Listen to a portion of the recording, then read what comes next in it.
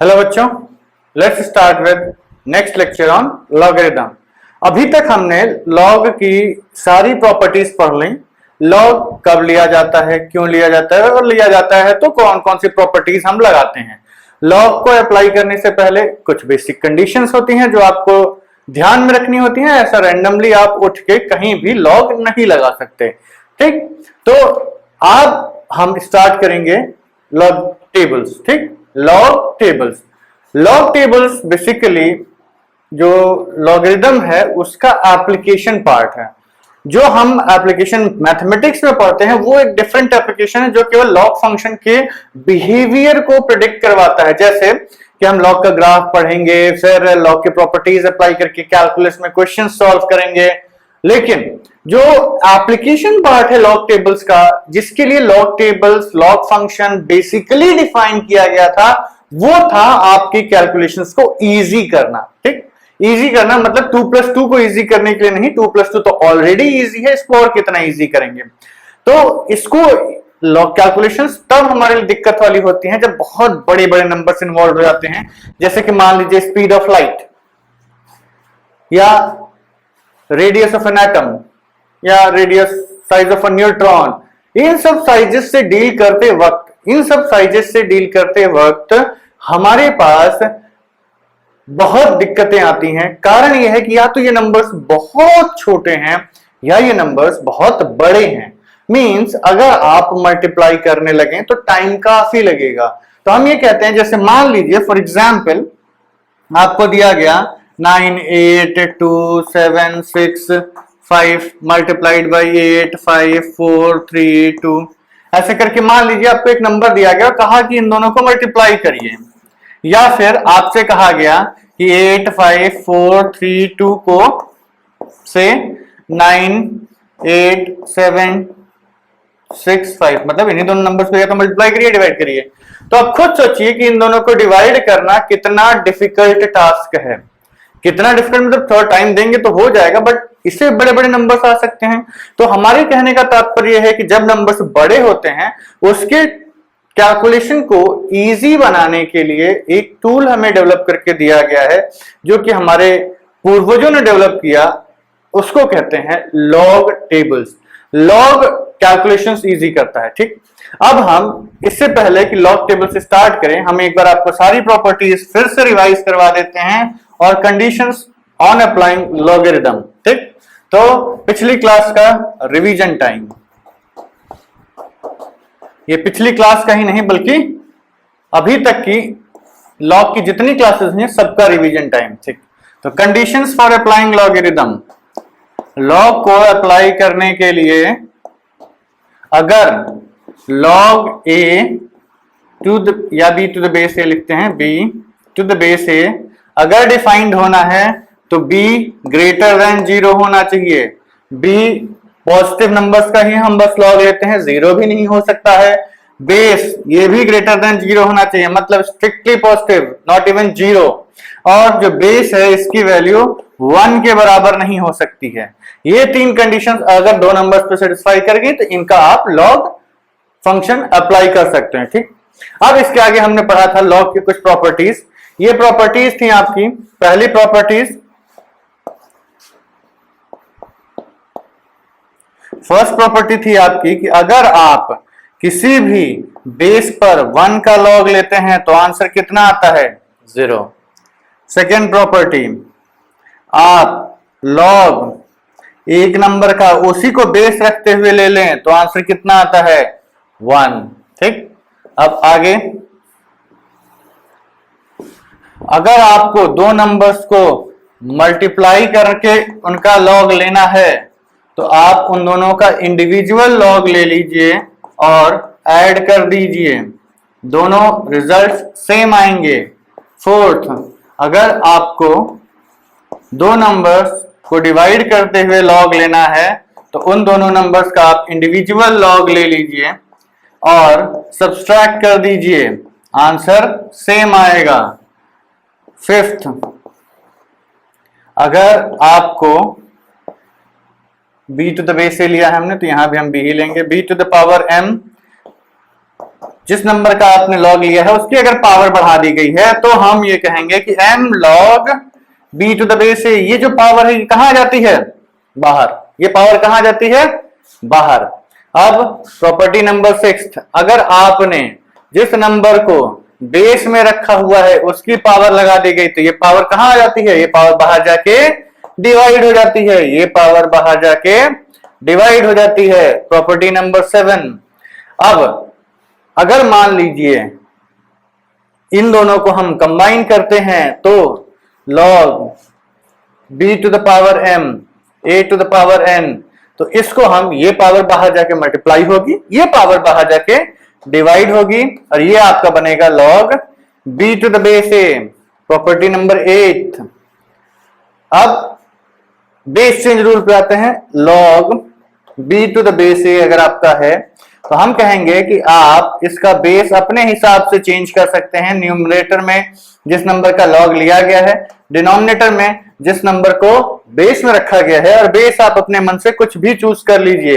ठीक, अब इसका एक एक्सटेंशन भी होता है प्रॉपर्टी नंबर 9, ये कहता है कि अगर आप इन दोनों नंबर्स को जो लॉग में है इंटरचेंज करना चाहते हैं, you are not happy with the positioning of these numbers, तो आप इसको बेस चेंज रूल लगाइए बेस b पे, तो ये आपका इंटरचेंज होके 1 upon log a to the base b बन जाएगा। अब दो एक्सपोनेंट वाली प्रॉपर्टीज, अगर आपके पास a to the power log b to the base है, ये नंबर और ये नंबर और log का बेस सेम हो गया, तो आंसर कितना आएगा? b।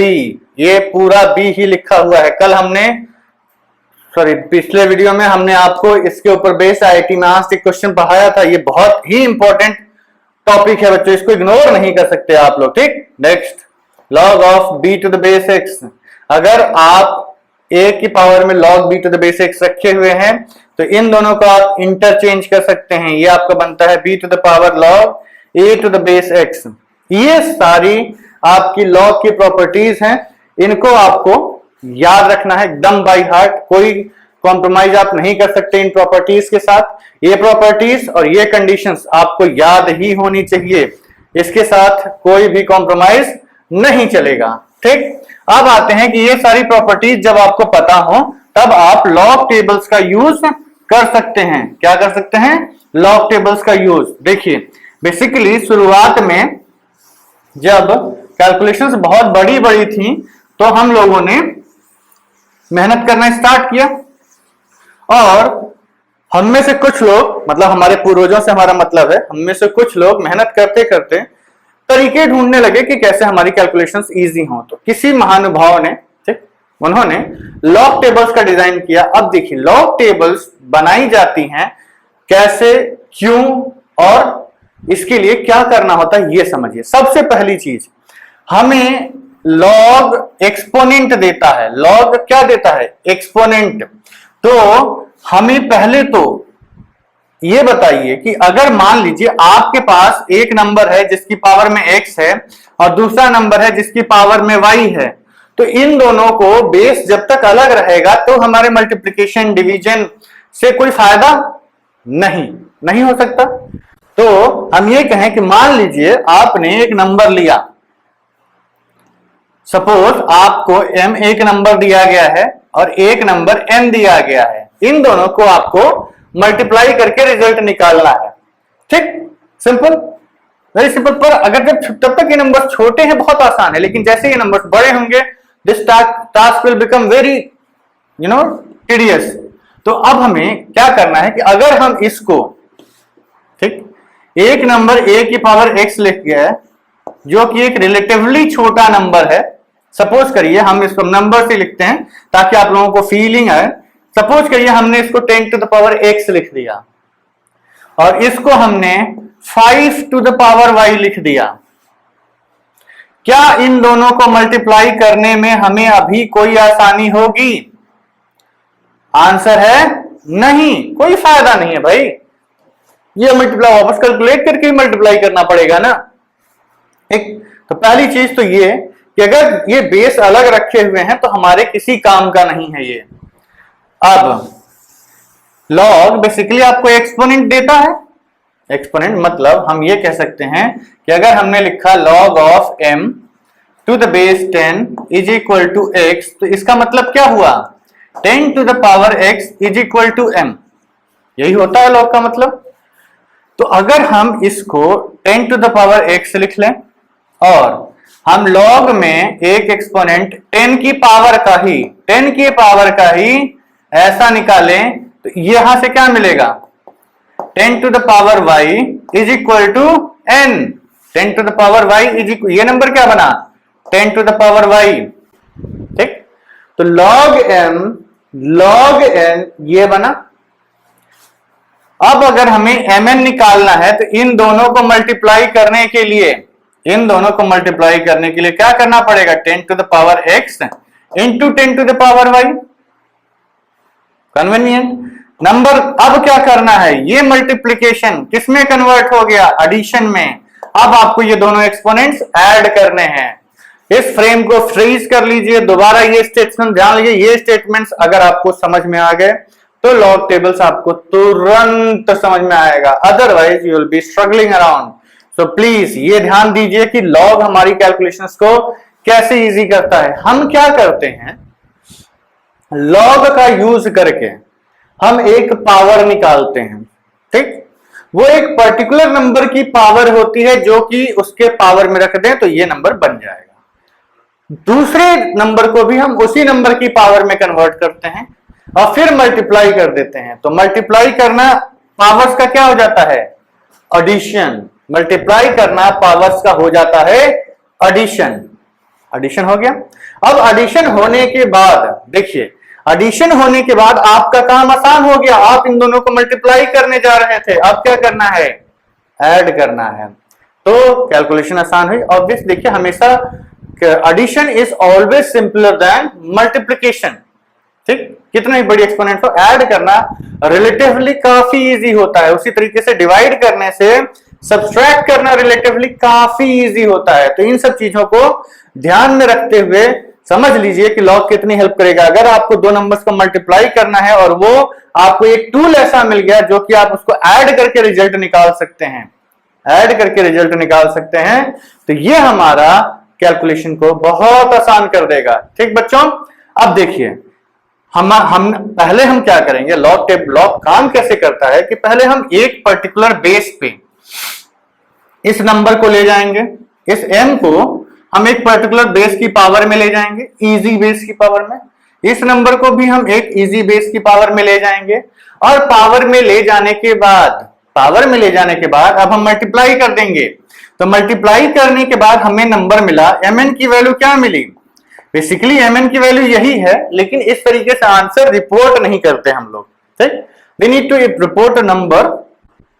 ठीक, ये भी वही, ये आंसर वही है लेकिन रिपोर्ट नहीं। तो अब उसके बाद हम क्या करते हैं?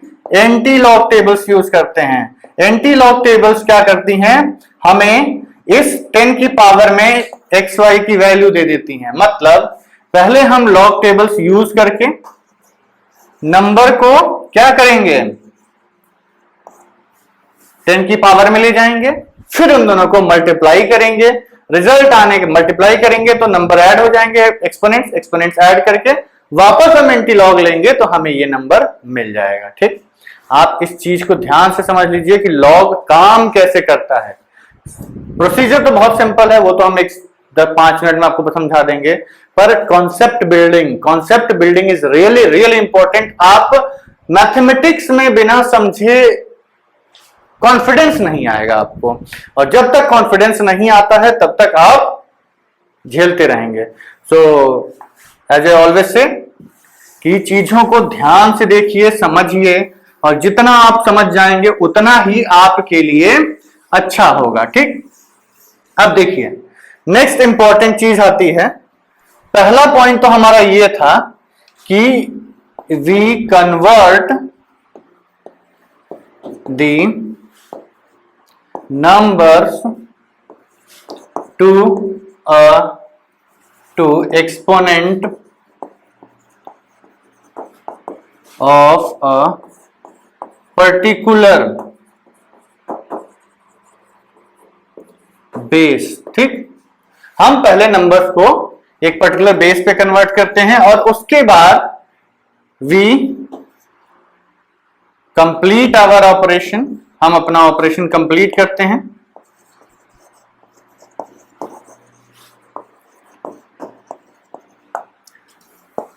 तीसरा, उसके बाद हम वी यूज एंटी-लॉग टेबल्स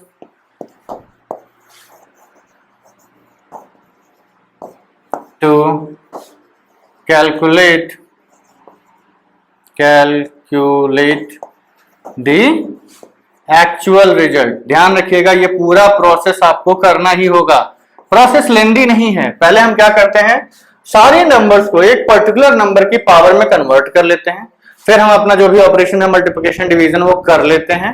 करने के बाद हम वापस एंटी-लॉग टेबल्स यूज करके उन नंबर्स को अपने आंसर के फॉर्म में कन्वर्ट कर देते हैं।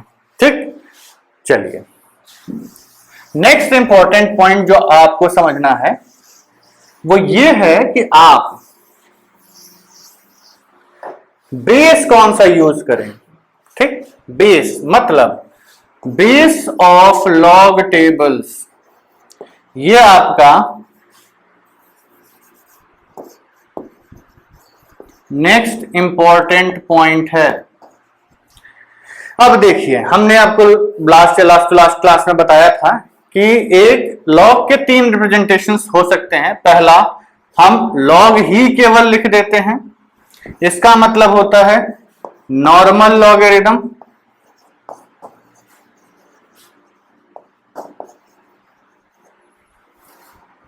और इसमें बेस क्या होता है आपका 10।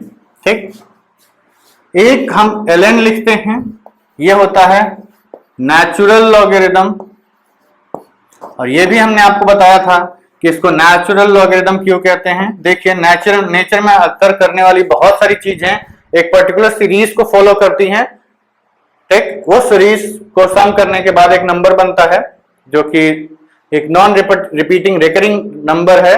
तो इस नंबर की वैल्यू हमें नहीं पता होती है, अप्रोक्सीमेट ही लिखी जाती है। इसका बेस ई होता है, इसको हम ई से रिप्रेजेंट करते हैं, और इसकी वैल्यू होती है 2.7182। ठीक है, वैल्यू याद होना आपके लिए जरूरी नहीं है, वैल्यू याद करना जरूरी नहीं है। जो वैल्यूज याद करनी होंगी वो हम बता देंगे आपको। ठीक, लेट्स स्टार्ट। अब देखिए, अगर आपको इसके अलावा कोई बेस लेना होगा तो वो क्वेश्चन में लिखा रहेगा, यहां पर जैसे 6 लिखा हो, 10 लिखा हो, 11 लिखा हो, कुछ भी लिखा हो, लिखा रहेगा। अगर नहीं लिखा है, लॉग लिखा है तो आप 10 मान के चलेंगे, ln लिखा है तो बेस ई मान के चलेंगे, अदरवाइज आप बेस दिया होगा आपको। ठीक, अब क्या होता है कि हम बेस 10 और ई के लिए अलग अलग, देखिए ये जो फंक्शन है ये आपका कैलकुलस में काफी इंपॉर्टेंट है, इसलिए इसको पढ़ना पड़ता है। ये कैलकुलेशंस के लिए हम इसका यूज करते हैं। ठीक, लॉग बेस 10 वाले का। पहले स्टार्टिंग में धीरे धीरे बहुत सारे बेसिस ट्राई किए गए कि कौन सा किस नंबर की पावर कैलकुलेट की जाए, किस नंबर की पावर कैलकुलेट की जाए, और ताकि हमारी कैलकुलेशंस इजी हो जाए। तो बहुत सारी लॉग टेबल्स बनाई गई, बट उसमें जो सबसे ज्यादा यूजफुल लॉग टेबल थी वो थी 10 के पावर में। उसका कारण ये था कि अगर सपोज करिए आप सारे नंबर्स को किसी और बेस के पावर में कन्वर्ट करेंगे, जैसे मान लीजिए आपने 6 के बेस में कन्वर्ट कर दिया, तो 6 to the power x, 6 into 6 to the power y, तो ये 6 to the power x plus y. फिर जब आप उसका एंटी लॉग लेते हैं तो ये नंबर बाहर आएगा और इसका 6 के पावर से मल्टीप्लाई करना पड़ेगा, तो वो मल्टीप्लीकेशन कॉम्प्लिकेटेड हो जाता। 10 की पावर में क्या है कि सीधा आपको जीरो शिफ्ट कर देने हैं। ठीक, आंसर में 10 टू द पावर समथिंग मिलेगा, तो 6 टू द पावर समथिंग मिलेगा, तो उसको तो कैलकुलेट करना ही पड़ जाएगा ना। तो 10 की पावर में क्या है, सपोज करिए आपका नंबर आया 4.682 इंटू 6 टू द पावर 5, ये नंबर आ गया। एंटी लॉग लेने के बाद आपका नंबर ऐसा बनेगा। अभी आप समझ जाएंगे कि हम क्यों ऐसे लिख रहे हैं। सपोज करिए आपका नंबर ऐसा बन गया, तो भाई ये तो इजी हो गया, ये कहां से करें। अब इसके लिए फिर लॉग यूज करो, वापस फिर फंस जाओगे, तो फंसने वाली बात रहेगी। तो अगर यही काम अगर मान लीजिए 4.682 समथिंग इंटू 10⁵ आ गया तो आपका काम आसान हो जाएगा ना। क्या करना है, क्या सीधा इस डेसिमल को 5 प्लेस शिफ्ट कर दीजिए, आपका आंसर आ जाएगा। तो इसलिए ये किसी और बेस की, यहां 6 रखें, 7 रखें, 8 रखें, 9 रखें, कोई भी और बेस रख लीजिए, उसका जो लॉग टेबल है वो सक्सेसफुल नहीं हुआ इसी कारण से। ठीक, अब और दूसरे ये कारण ये है इसके पीछे कि हमारा जो कैलकुलेटिंग सिस्टम है वो डेसिमल सिस्टम है, मतलब हर 10 के बाद एक डिजिट जोड़ती जाती है। तो 10 से मल्टीप्लाई करना सबसे आसान होता है हमारे लिए। अगर हम बेस 6 वाली जो टेबल्स होती है, तो बाइनरी 2 का होता है, 6 वाला अगर आपका हमारा काउंटिंग सिस्टम होता है, या 8 वाला आपका डेसिमल होता, या हेक्साडेसिमल बोलते हैं, I don't know exactly, I don't remember the name, but इसको जो बेस होता है तो हमारे लिए उसका मल्टीप्लिकेशन आसान हो जाता है। हमारा बेस 10 का कैलकुलेटिंग सिस्टम है तो हमारे लिए डेसिमल 10 बेस सबसे कन्वीनियंट साबित हुआ और हम लोगों ने बेस 10 की टेबल्स बना ली। ठीक, आप ई की वैल्यू और याद रखिएगा थोड़ा बहुत, ऐसा नहीं कि एकदम बिल्कुल इग्नोर ही कर देना है क्योंकि हमने बोल दिया कि जरूरी नहीं है। उसके बाद नेक्स्ट आता है, तो अभी तक हमने दो चीजें देखी कि लॉग का प्रोसीजर क्या होता है। प्रोसीजर क्या होता है कि हम एक पर्टिकुलर नंबर लेते हैं, उसको एक लॉग लेते हैं और एक एक्सपोनेंट कैलकुलेट करते हैं, फिर दूसरे नंबर का भी लॉग लेते हैं, एक एक्सपोनेंट कैलकुलेट करते हैं, दोनों की बेस सेम रखते हैं, मल्टीप्लाई करते हैं ताकि पावर्स ऐड हो जाएं, उसके बाद हम एंटी लॉग लेके वापस वो नंबर अपना कैलकुलेट कर लेते हैं। ठीक, उसके बाद हमने देखा कि बेस कौन सा यूज करना है। तो बेस हम नॉर्मली जो लॉग टेबल्स आपको प्रोवाइड की जाती हैं वो बेस 10 पे डिजाइन होती हैं, जिसको हम नॉर्मल लॉगरिथम बोलते हैं, और एक नेचुरल लॉगरिथम होता है जिसका कि बेस ई होता है, और इसको हम केवल फंक्शंस में यूज करेंगे, वो भी केवल प्रॉपर्टीज के साथ, इसकी कोई टेबल्स नहीं होती हैं, इसको हम यूज नहीं करते इन जनरल। ठीक, अब देखिए नेक्स्ट इंपॉर्टेंट चीज होती है आपकी scientific form,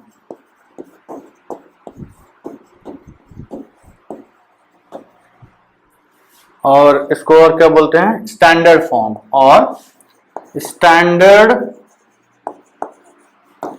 form of a decimal, या नंबर लिख लीजिए, डेसिमल तो कंफ्यूजनिंग हो जाएगा।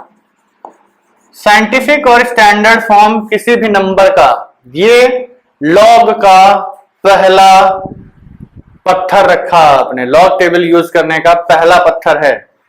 आपके पास कोई भी नंबर दिया हो, सपोज करिए आपको नंबर दिया गया 8.9827.654 ये नंबर दिया गया, तो ये तो रैंडम लग गया नंबर। इन सबको स्टैंडर्डाइज करके एक कैलकुलेशन के लिए एक स्टैंडर्ड फॉर्म बनाया गया। ठीक, आप कभी भी हायर जर्नल्स जो पढ़ेंगे पब्लिश हुए तो उसमें सारे नंबर्स स्टैंडर्ड फॉर्म में ही लिखे रहते हैं, चाहे वो कितना छोटा हो चाहे वो कितना बड़ा हो। इसमें क्या होता है कि इसमें आप बड़े से बड़े और छोटे से छोटे नंबर्स को इजीली लिख सकते हैं विद ऑब्वियसली एन अप्रोक्सीमेशन। और हाँ, एक और पॉइंट इंपॉर्टेंट याद रखिएगा कि लॉग से लॉग टेबल्स बड़े बड़े नंबर्स को इजी करता है, ठीक, बड़ी बड़ी कैलकुलेशंस को इजी करता है, पर ये एग्जैक्ट वैल्यू नहीं देता है, ये अप्रोक्सीमेशन से देता है।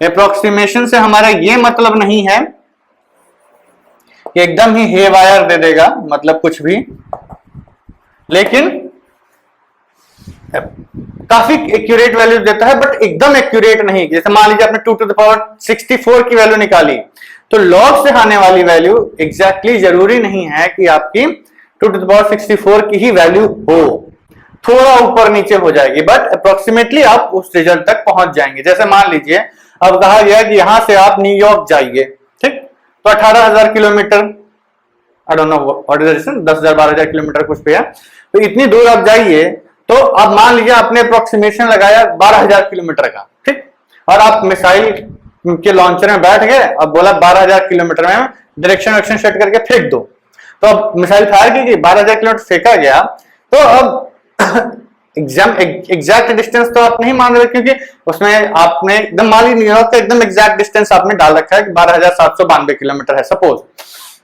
इतना किलोमीटर आपको जाना है, तो आपने मिसाइल में उतना सेट कर दिया, आपने फायर किया और निकले, तो इसका बीच में एयर ड्रैग मिलेगा, बहुत सारे फैक्टर्स ऐसे होंगे जिससे कि आपका जो स्पीड थोड़ा इधर उधर हो सकता है और आप हो सकता है कि 12,792 के बजाय 12,790 किलोमीटर पर ही पहुंच पाए। और आप तो इसका मतलब ये नहीं है कि आप न्यूयॉर्क से बहुत दूर चले गए, ठीक है 2 किलोमीटर पहले या 2 किलोमीटर आगे, लेकिन आप 12,000 के कंपैरिजन में ये 2 किलोमीटर नेग्लिजिबल है। ठीक, समझिएगा नंबर्स इतने बड़े होते हैं कि ये जो छोटा सा अप्रोक्सीमेशन है इसको आप इग्नोर कर सकते हैं। सपोज करिए जैसे स्पीड ऑफ लाइट है 3 × 10⁸ मीटर पर सेकेंड, तो अगर इस इतनी बड़ी स्पीड में 2 मीटर पर सेकेंड ऊपर नीचे भी हो गया क्या फर्क पड़ता है। ठीक, तो आपकी कैलकुलेशंस इजी करने के लिए लॉग में थोड़े अप्रोक्सीमेशंस यूज किए गए हैं, लेकिन आप ये नहीं कह सकते कि इसका आंसर गलत आता है, अप्रोक्सीमेटली ये आपको सही ही रिजल्ट दे देता है। ठीक, अब आते हैं इसका स्टैंडर्ड फॉर्म पे। ये जो स्टैंडर्ड फॉर्म होता है इसमें हम ये कहते हैं कि कोई भी नंबर आपको दिया हुआ हो, इस नंबर को हम एक स्टैंडर्ड फॉर्म में लिखते हैं। ये स्टैंडर्ड फॉर्म आपका एक पर्टिकुलर एक वो आपने देखा होगा कि कैलकुलेटर्स जो आज के साइंटिफिक कैलकुलेटर्स होते हैं उसमें रिप्रेजेंटेशन के 2-3 मोड्स होते हैं। 2-3 मोड्स मतलब कि एक तो नॉर्मल रिप्रेजेंटेशन होता है, एक साइंटिफिक रिप्रेजेंटेशन होता है जिसमें आप साइंटिफिक रिप्रेजेंटेशन ऑन करेंगे तो उसको 1 भी लिखना होगा ना, जैसे 12 भी लिखना होगा तो वो 1.2 × 10⁻1 लिखेगा। 123 लिखना होगा तो 1.23 × 10⁻2 लिखेगा। नंबर सेम ही है। तो ये जो रिप्रेजेंटेशन होता है ना इसको साइंटिफिक रिप्रेजेंटेशन बोलते हैं। ये जब बड़े नंबर्स हो जाते हैं तो ये हमारे लिए काफी इजी होता है। और साइंटिफिक कैलकुलेटर में मान लीजिए 10 डिजिट का कैलकुलेटर है तो जब आपका नंबर कैलकुलेशन के बाद एक्सीड कर जाता है आपके इस 10 डिजिट को तो वो ऑटोमेटिकली साइंटिफिक में कन्वर्ट करके रिप्रेजेंटेशन दे देता है। तो साइंटिफिक रिप्रेजेंटेशन में हम कहते हैं कि किसी भी नंबर को आप साइंटिफिक फॉर्म में लिख देते हैं, उसको लिखने का तरीका होता है कि आप इस नंबर को 1 to 10 के बीच में लेके आइए, मतलब यहां पर डेसिमल होना चाहिए, 1 से 10 के बीच में होना चाहिए।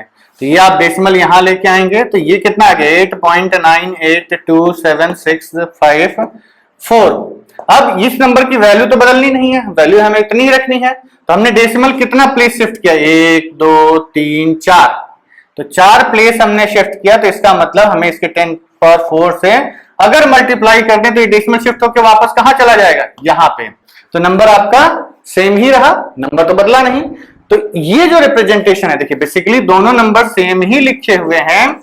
ये नंबर जो लिखा हुआ है इस फॉर्म में लिखने को हम साइंटिफिक नोटेशन बोलते हैं। किसी भी नंबर का लॉग लेने से पहले हम उसको साइंटिफिक फॉर्म में कन्वर्ट करते हैं। ठीक, जैसे मान लीजिए ऐसे भी दिया हुआ है 0.0000425।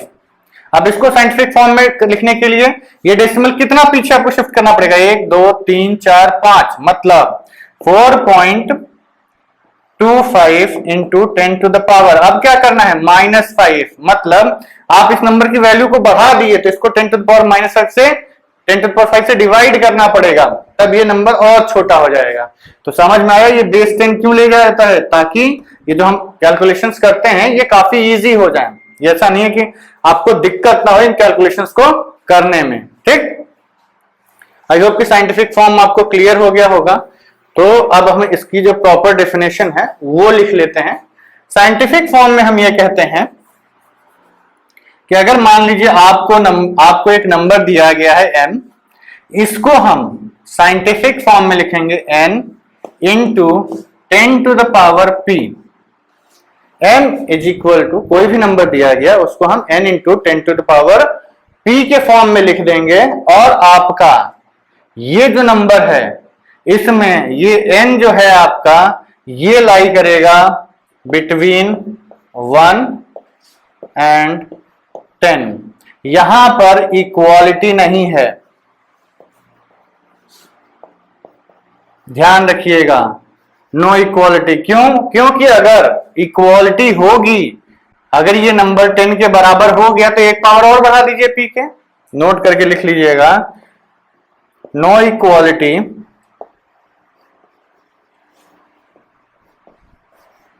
because if n is equal to 10 then increase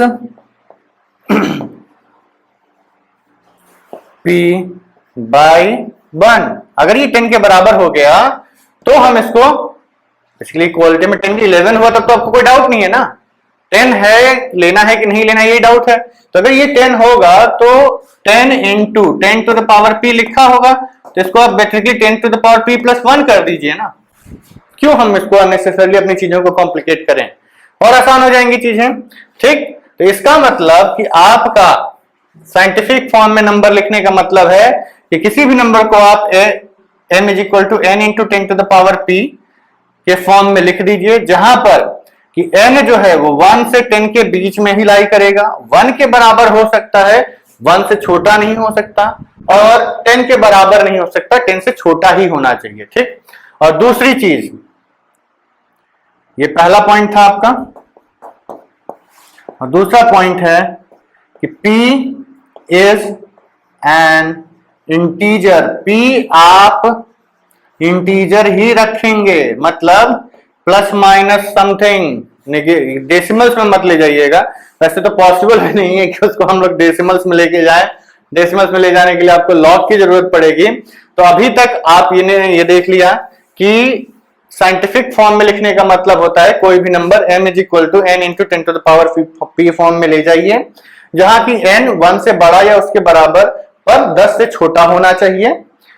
दूसरी चीज, 10 पे कोई इक्वालिटी नहीं है, ध्यान रखना है। 10 पे अगर 10 के बराबर हुआ तो आप p को एक और बढ़ा देंगे, और p जो है वो एक इंटीजर ही होना चाहिए। हम p को इंटीजर के अलावा कुछ भी नहीं ले सकते, p को इंटीजर के अलावा कुछ भी नहीं ले सकते। ठीक, आई होप कि आपको साइंटिफिक फॉर्म समझ में आ गया होगा। या आपको आई थिंक जहां तक मुझे याद आ रहा है 7th या 8th में ही पढ़ा दिया गया था, उस टाइम आपने साइंटिफिक फॉर्म में नंबर्स को लिखना सीखा था जब आपको बचपन में थे।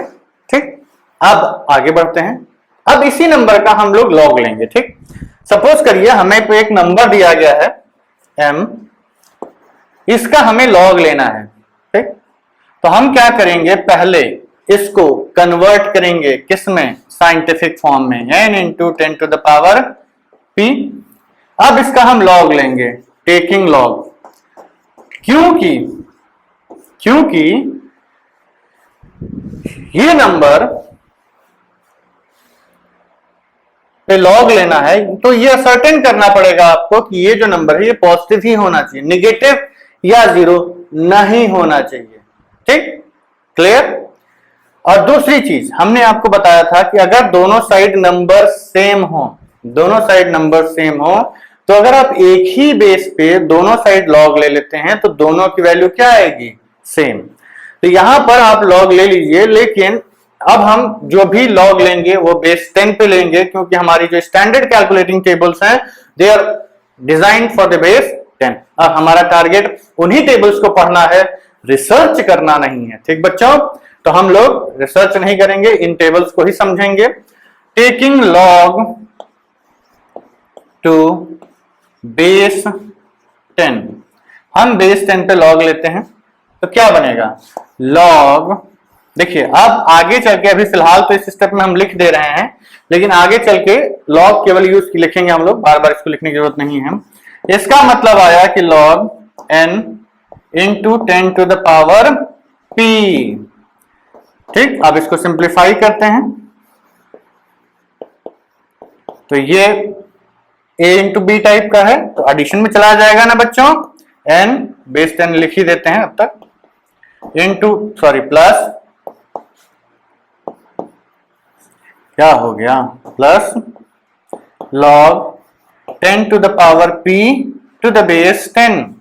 अब ये p बाहर आ जाएगा ना, ये p बाहर आ जाएगा।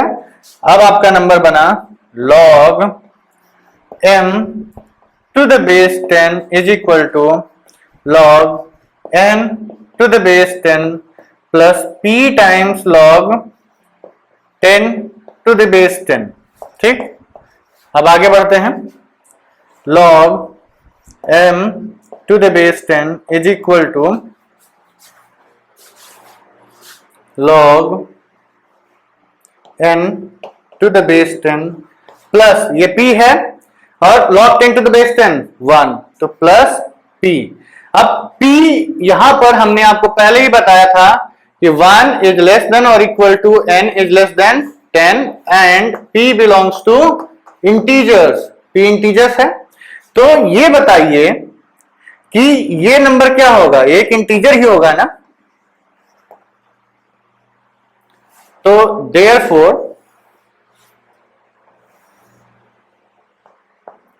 log m to the base 10 is equal to p plus log n to the base 10।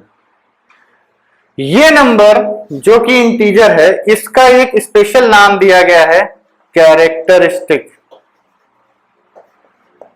ध्यान रखिएगा ये टर्म कभी कभी क्वेश्चन में यूज कर लिया जाता है, क्वेश्चन में यूज कर लिया जाता है। इसका मतलब कि आप कैरेक्टरिस्टिक अगर लिखा हुआ है तो he is talking about this number which was in the power of 10, जो 10 की पावर में था उस नंबर की बात कर रहे हैं। और ये जो दूसरा नंबर आता है इसको हम बोलते हैं मैंटिसा।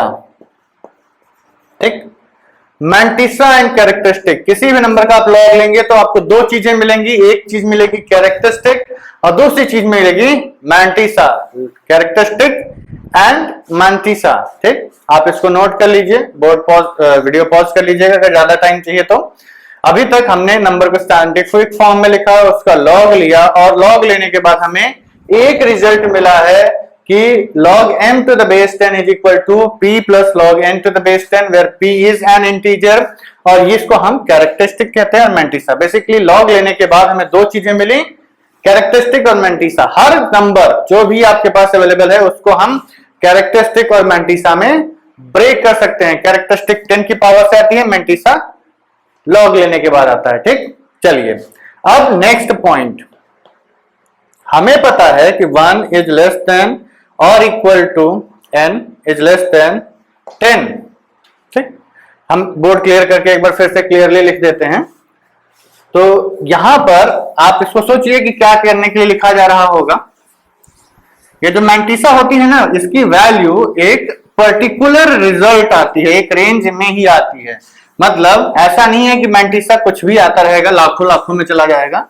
अगर ये वापस लाखों लाखों में चला गया तो फिर लॉग से हमारी कैलकुलेशन इजी नहीं होगी। हम बड़े नंबर को छोटा कर रहे हैं ना, तो छोटा करने के लिए आपको छोटा करना पड़ेगा, इसको बड़े नंबर पावर्स नहीं आएंगे। ठीक, हमें पता है कि अगर आपने यहां पर जो n है, n इसको भी हटा देते हैं वरना आप कंफ्यूज हो जाएंगे कि हम लॉग कहां ले रहे हैं। ये जो n है आपका, दिस लाइज बिटवीन 1 एंड 10। ये 1 और 10 के बीच में लाई करता है ना। इसको हम क्या लिख सकते हैं, 10 to the power 0 is less than or equal to n is less than 10 to the power 1। अब हम टेक लॉग, पूरे पे लॉग ले लीजिए। अभी आप ये दिमाग मत लगाइएगा कि ये जो दिमाग लगाइएगा, हम समझा देते हैं आपको। बेसिकली लॉग फंक्शन जो है आपका एक इंक्रीजिंग फंक्शन होता है। वो एक ऐसा फंक्शन होता है, इंक्रीजिंग है। जब फंक्शन आपका इंक्रीजिंग होता है तो जो इनइक्वालिटी होती है वो मेंटेन रहती है। मतलब जैसे हमने ये कहा कि ये एक्स स्क्वायर का फंक्शन एक्स के आगे के लिए पॉजिटिव है, ऐसा इंक्रीजिंग फंक्शन है। तो 1 is less then x is less then 4 लिखा हुआ है। तो अगर हम इस पे स्क्वायर फंक्शन अप्लाई करते हैं तो 1 का square 1, x square is less then 4 का स्क्वायर 16। इनइक्वालिटी जो इसमें होल्ड करती है वही इसमें भी होल्ड करेगी, प्रोवाइडेड आपका फंक्शन उस रेंज में इंक्रीजिंग होना चाहिए। ठीक, तो यहां पर हमें पता है कि लॉग पॉजिटिव के लिए डिफाइंड है और पूरी रेंज में हमारा ये लॉग फंक्शन इंक्रीजिंग ही होता है। तो क्योंकि हमारा फंक्शन लॉग इंक्रीजिंग फंक्शन है तो इस इनइक्वालिटी पे कोई फर्क नहीं पड़ेगा लॉग लेने के बाद। तो ये आपका आएगा log 10 to the power 0 to the base 10, हम बेस 10 पे ही ले रहे हैं। log n to the base 10 is less than log 10 to the power 1 to the base 10। ठीक, ये नंबर बाहर आया 0। ठीक, ऑब्वियस सी बात है 10 to the base 1 to the base 10, मतलब बेसिकली आपने किसका लॉग लिया है 1। ये प्रॉपर्टी भी है ना आपकी, log 1 टू द बेस 10 हमेशा क्या आता है 0। तो इसको हमने लिख के समझाया। वैसे कायदे से हम लोग 1 to the base 10 लिख के भी 0 लिख सकते थे। 0 बाहर आएगा, मल्टीप्लाई हो जाएगा और आंसर 0 हो जाएगा। 0 इज लेस देन और equal to log n to the base 10 is less than, ये 1 बाहर आया, log 10 to the base 10 1। ये इनइक्वालिटी आपको हमेशा ध्यान रखनी है। मतलब इंपॉर्टेंट ये है कि ये जो इनइक्वालिटी अभी हमने बोर्ड पे लिखी है वो ये है कि जो मैंटिसा है आपका वो हमेशा 0 से 1 ही लाई करेगा। ठीक, 0 से कहां तक लाई करेगा? 1 तक। मींस आप कभी भी किसी नंबर का लॉग लेंगे, ठीक, बेस 10 पे, तो अगर आपने इसको n into 10 to the power p लिखा था तो लॉग लेने के बाद जो log n to the base 10 आपका मैंटिसा है,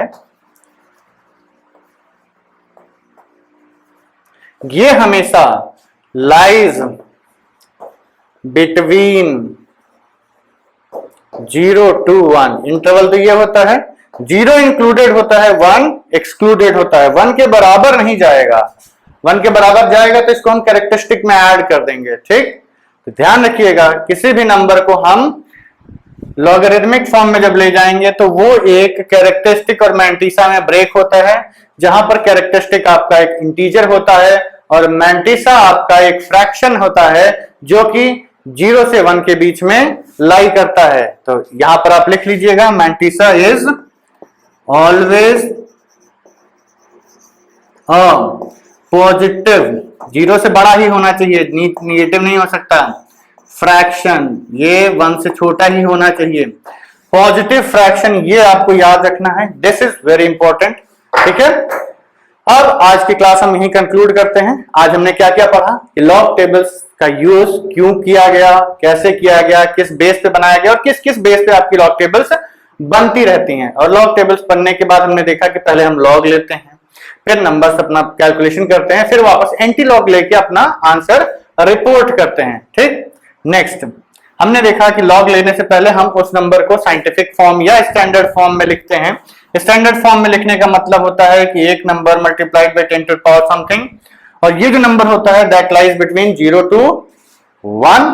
और क्योंकि ये नंबर 0 to यहाँ 1 ही रखिएगा आप लोग, 0 1 to 10 के बीच में लाई करता है, तो इस नंबर का लॉग 0 से 1 के बीच में लाई करेगा। लॉग लेने के बाद जो दो चीजें आई, एक इंटीजर और एक लॉग फ्रैक्शन, पॉजिटिव फ्रैक्शन, इसको हम इंटीजर को कैरेक्टरिस्टिक और पॉजिटिव फ्रैक्शन को मैंटिसा बोलते हैं।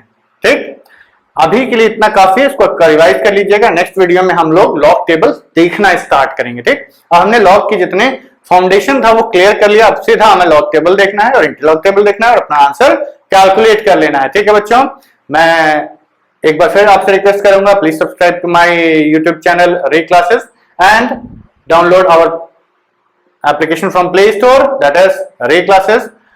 और आपको इस चैप्टर से रिलेटेड जो स्पेशलाइज्ड मटेरियल है वो हमारी प्ले स्टोर एप्लीकेशन पे हर बैचेज में रिस्पेक्टिवली पोस्ट कर दी जाती हैं, आप वहां से देख सकते हैं। और बहुत सारे मटेरियल स्ट्रीम में अवेलेबल है, आप उनको एक्सेस कर सकते हैं।